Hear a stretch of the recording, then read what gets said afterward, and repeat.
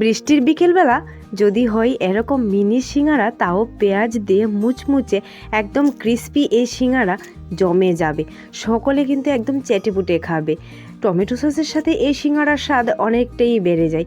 তোমরা কিন্তু সন্ধেবেলা এই বৃষ্টির দিনে এই মিনি সিঙ্গারাটা একবার ট্রাই করতেই পারো। ভীষণ ভালো একটা রেসিপি। তার জন্য প্রথমেই লাগবে 2 কাপের মতো ময়দা। এখানে আমি 2 কাপ ময়দা নিয়ে নিলাম। তাতে সামান্য একটু দিয়ে দেবো সাদা তেল। এখানে প্রায় 3 চামচের মতো সাদা তেল দিয়েছি। আর অল্প একটু লবণ দিয়ে আমি এটা প্রথমে এভাবে মেখে নিচ্ছি। তেলের সাথে ময়দাটা ভালোভাবে মিশিয়ে নিলাম। দেখো এরকম যখন মুঠো আসবে তখনই কিন্তু তেল মাখাটা হয়ে গেছে। অল্প অল্প করে জল দিয়ে আমি একটা সফট ডো মেখে নিলাম। যেভাবে আমরা আটার ডো মাখি এভাবেই কিন্তু মেখে নিয়েছি। তো এভাবে মাখাটা হয়ে গেলে ছোটো ছোটো করে রুটির মতো করে আমি লেচি নিয়ে নিলাম।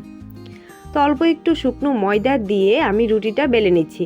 যেভাবে আমরা এগরোলের রুটিটা বেলি পাতলা করে, সেমভাবে কিন্তু বেলতে হবে। যতটা পাতলা হবে সিঙ্গারাটা কিন্তু ততটাই ক্রিস্পি হবে। এরকম পাতলা করে বেলে নিয়ে প্রথমে হালকা একটু ছেঁকে নেব তাওয়ার মধ্যে। এটা কিন্তু রুটির মতো পুরোপুরি ভাজবো না, হালকা একটু ছেঁকে নিলাম। এইভাবে ছেঁকে নিলে একটা রুটির উপর একটা রুটি রাখলেও কিন্তু একসাথে লেগে যাবে না। তো সবগুলি রুটি আমি একসাথে নিয়ে নিয়েছি। ছুরি দিয়ে এভাবে চারিপাশটা একটু মেপে সমান করে কেটে নিচ্ছি। এভাবে কেটে নিলে কিন্তু সবগুলি সিঙ্গারা এক সাইজের হবে। এইভাবে আমি সাইডগুলি কেটে নিচ্ছি। এই সাইডগুলি কিন্তু ফেলে দেব না, এগুলিও কিন্তু সিঙ্গারার মধ্যে দেব। এখন মাঝখান থেকে আমি এই রুটিটা কেটে নিলাম। দেখো অনেকটি কিন্তু আমার টুকরো হয়েছিল। এগুলি দিয়ে কিন্তু আমি সিঙ্গারাটা বানাবো। এগুলি সাইডে রেখে দিলাম। আর এই সাইডগুলিকে ছোটো ছোটো করে কেটে নিচ্ছি নিমকির মতো করে। কেটে নিয়ে তেলের মধ্যে ভালোভাবে ভেজে নেব। একদম ক্রিস্পি করে ভেজে কিন্তু এগুলি খেতে পারবে। তো আমি অল্প একটু ভেজে এগুলি কিন্তু সিঙ্গারার পুরের মধ্যেও দিয়ে দিয়েছি।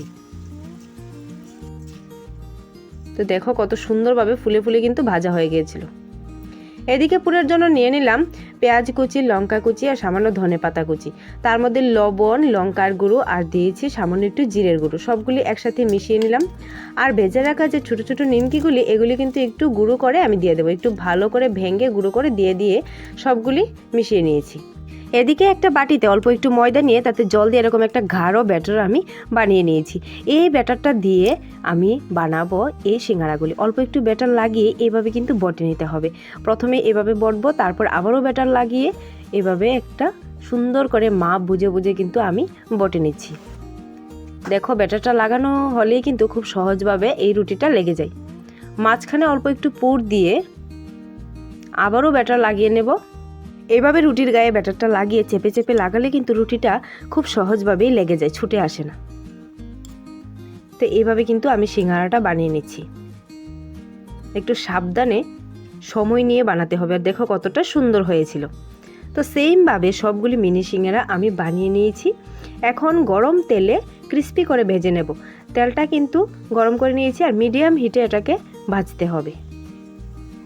একটু সময় নিয়ে ভাজলেই কিন্তু অনেকটা ক্রিস্পি হবে। দেখো কালারটা কিন্তু আস্তে আস্তে চেঞ্জ হয়ে যাচ্ছে।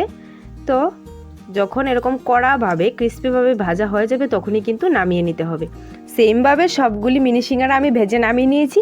রেডি পেঁয়াজের ক্রিস্পি মিনি সিঙ্গারা। আর দেখো কতটা ক্রিস্পি হয়েছিল, সাথে টমেটো সস। খেতে তো দুর্দান্ত হয়।